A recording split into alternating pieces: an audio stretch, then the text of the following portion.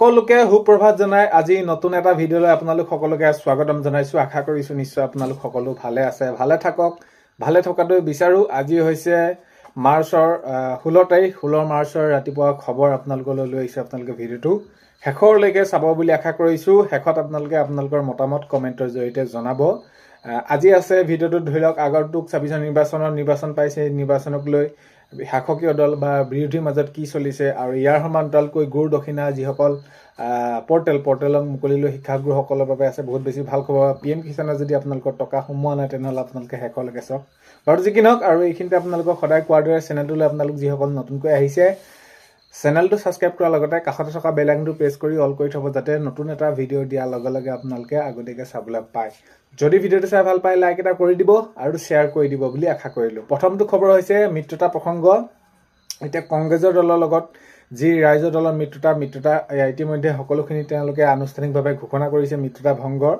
তো এই যি প্ৰশ্নটো অখিল গগৈ ডাঙৰীয়াই যেতিয়া নেকি সংবাদ মাধ্যমৰ আগত তেওঁ সেইখিনি মন্তব্য কৰে, তেতিয়াই সংবাদ মাধ্যমৰ আগত মন্তব্য কৰাৰ সময়তে তেওঁক প্ৰশ্ন কৰা যায় যে মিত্ৰতা প্ৰসংগত কি হ'ব কি নহ'ব। তো এতিয়া তেওঁ এটাই কথা জনাইছে যে মিত্ৰতাৰ ক্ষেত্ৰত লাগি মোৰ জীৱন আৰু দলেই শেষ হ'বগৈ হৈছিলে, শেষ কৰাৰ দৰে হৈ গ'ল। আৰু মই এইখিনি প্ৰথমটি বাছি আহিছোঁ আৰু এইখিনিক লৈ মই বহুত বেছি কোৱা প্ৰয়োজন নাই। দলে যিটো বিচাৰে সেইটোৱে কৰিব আৰু মোৰ এইখিনিৰ লগত কথা ক'বলগীয়া নাই। তো মিত্ৰতাৰ ক্ষেত্ৰত মই বহুতখিনি লাগিলোঁ, বহুতখিনি ত্যাগো কৰিছিলোঁ আৰু ইয়াক লৈ মই কোনো ধৰণৰ মন্তব্য নিদিওঁ। নেক্সট খবৰ হৈছে অসমত এটা পৰ্যায়তে নিৰ্বাচন হ'ব। এপ্ৰিলৰ 9 তাৰিখে নিৰ্বাচন হোৱা ঘোষণা কৰিলে। তো হয়, অসমত এটা পৰ্যায়তে নিৰ্বাচন হ'ব, 9 এপ্ৰিলত হ'ব নিৰ্বাচন। নেক্সট খবৰ হৈছে ঐতিহাসিক বিশ্বাসঘাতকতা কৰিলে কংগ্ৰেছে। অখিল গগৈ ডাঙৰীয়াই মন্তব্য কৰিছে যি মিত্ৰতা প্ৰসংগ আমি উল্লেখ কৰি আগবাঢ়ি গৈ আছিলোঁ যে বিৰোধীৰ মাজত আমাৰ যিখিনি মিত্ৰতা হ'ব লাগে কংগ্ৰেছৰ লগত, ৰাইজৰ দলৰ লগত এনেদৰে। তো কাৰণ কি যে আমি বিজেপিক এইবাৰ হৰুৱাব লাগে, পৰাস্ত কৰিব লাগে আমাৰ মূল উদ্দেশ্য আছিলে। আৰু এইটো যিটো এনেদৰে উদ্দেশ্য আছিলে, কিন্তু আমি সেইখিনি সফল নহ'লোঁ আৰু ঐতিহাসিক বিশ্বাসঘাতকতা কৰিলে কংগ্ৰেছে বুলি অখিল গগৈ ডাঙৰীয়াই মন্তব্য আগবঢ়াইছে।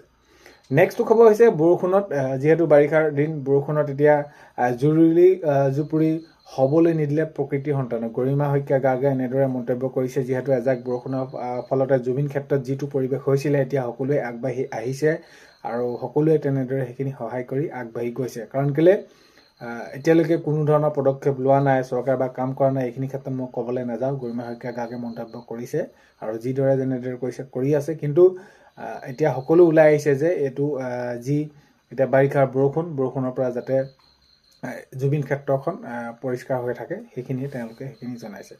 নেক্সট খবৰ হৈছে নিৰ্বাচনৰ বাবে আমি সম্পূৰ্ণ সাজু। গৌৰৱ গগৈ ডাঙৰীয়াই মন্তব্য কৰিছে নিৰ্বাচনক লৈ, যিহেতু এতিয়া তাৰিখ ঘোষণা কৰিলে আৰু সেইখিনি ঘোষণা কৰাৰ পাছত তেওঁক প্ৰশ্ন কৰা গৈছিলে যে আগন্তুক 26 নিৰ্বাচনৰ বাবে কেনেদৰে সাজু হৈছে, আৰু এইখিনি ক্ষেত্ৰত গৌৰৱ গগৈ ডাঙৰীয়াই সম্পূৰ্ণৰূপে সাজু আছোঁ বুলি মন্তব্য কৰি কৈছে যে নিৰ্বাচনৰ বাবে আমি সম্পূৰ্ণ সাজু।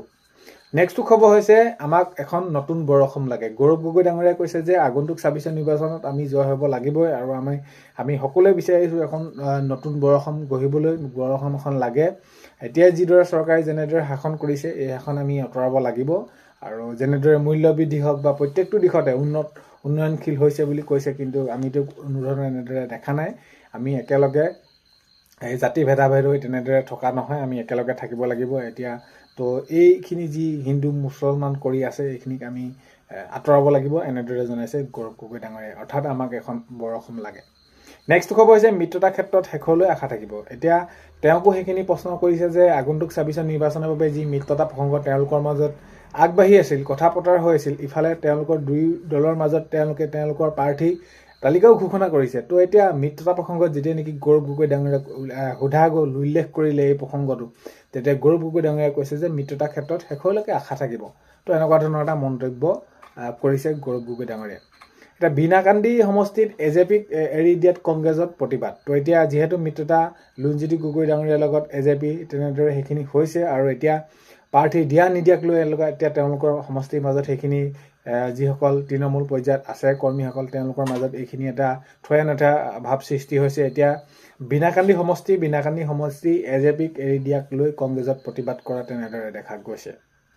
নেক্সট খবৰ হৈছে গৌৰৱ গগৈ বিৰুদ্ধে প্ৰাৰ্থী দিব লাগে নে নালাগে এনেকুৱা ধৰণৰ এটা প্ৰশ্ন উত্থাপন কৰিছিলে যোৰহাটত অখিল গগৈ ডাঙৰীয়াই তেতিয়া মন্তব্য কৰিছিলে যে মোৰ তাত ক'ব লগা একো নাই, কিন্তু মই মোৰ ব্যক্তিগতভাৱে যদি চাওঁ তেনেহ'লে তাত প্ৰাৰ্থীয়ে যদি আমাৰ দলৰ যদি প্ৰাৰ্থী নিদিয়ে বা দিয়ে বা দিলেও নিদিলেও মোৰ ফালৰ পৰা যদি মই ক'বলৈ যাওঁ তেনেহ'লে প্ৰাৰ্থী নিদিলেই ভাল হ'ব। কাৰণ কেলৈ এই যি তেওঁ বিধানসভালৈ নিৰ্বাচিত হয় যিটো আমি ধৰি লওক বিজেপিক পৰাস্ত কৰিবৰ বাবে যিটো আমি পৰিকল্পনা কৰিছোঁ বা বিজেপিৰ বিৰুদ্ধে যিটো মাত দিব, তো এইখিনি ক্ষেত্ৰলৈ কৈছে অখিল গগৈ ডাঙৰীয়াই মোৰ তাত ক'ব লগা একো নাই, দিয়ে নিদিয়ে সেইটো তেওঁলোকৰ ব্যক্তিগত কথা দলৰ।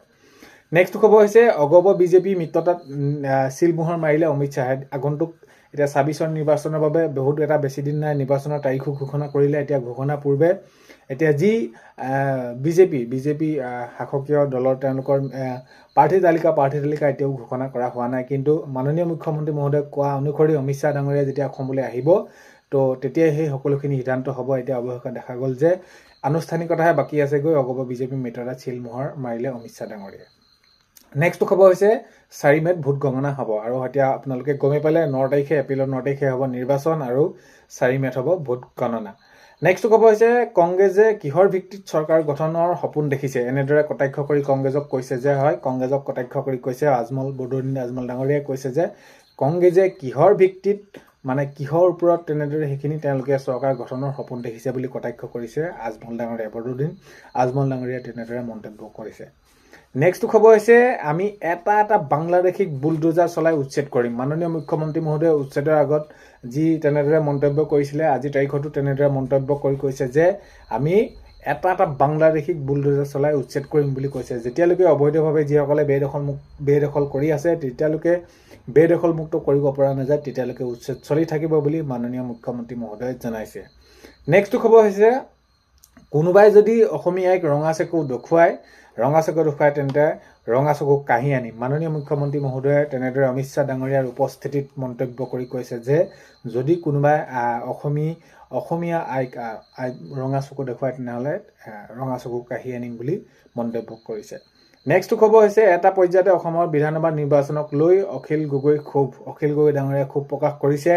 এই যে এটা পৰ্যায়তে অসমৰ বিধানসভা নিৰ্বাচন হ'বলৈ গৈ আছে এইখিনি তেওঁলোকে ঘোষণা কৰিলে, এতিয়া ইয়াক লৈ ক্ষোভ প্ৰকাশ কৰিছে অখিল গগৈ ডাঙৰীয়াই। কৈছে যে 3টা পৰ্যায়ত হ'ব লাগে আৰু ইমান কম দিনৰ ভিতৰত কেনেদৰে এইখিনি আমাৰ দৰে সৰু দলে তেনেদৰে সেইখিনি নিৰ্বাচনী প্ৰচাৰ কৰিব, ইয়াক লৈ ক্ষোভ প্ৰকাশ কৰিছে অখিল গগৈ ডাঙৰীয়াই।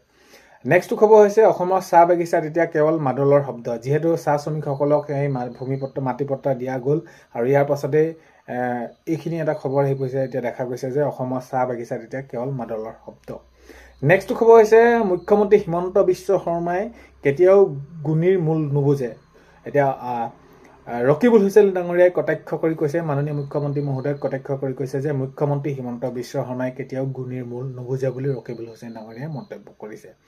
নেক্সট খবৰ হৈছে গুৰুদক্ষিণা পৰ্টেল মুকলি হ'ল। আপোনালোকে 2013 চনৰ যিসমূহ পদ প্ৰাধিকৰণ কৰিছিলে, যিসমূহ প্ৰাধিকৰণ প্ৰক্ৰিয়াত থাকি গ'ল তেওঁলোক শিক্ষাগুৰুসকলে, আৰু 2021 যিসকল শিক্ষাগুৰু তেওঁলোকে আবেদন কৰিব পাৰিব। ইতিমধ্যে শিক্ষামন্ত্ৰী ডাঙৰীয়াই জনাইছে আৰু পৰ্টেল মুকলি হ'ল, আপোনালোকে কৰি ল'ব পাৰিব।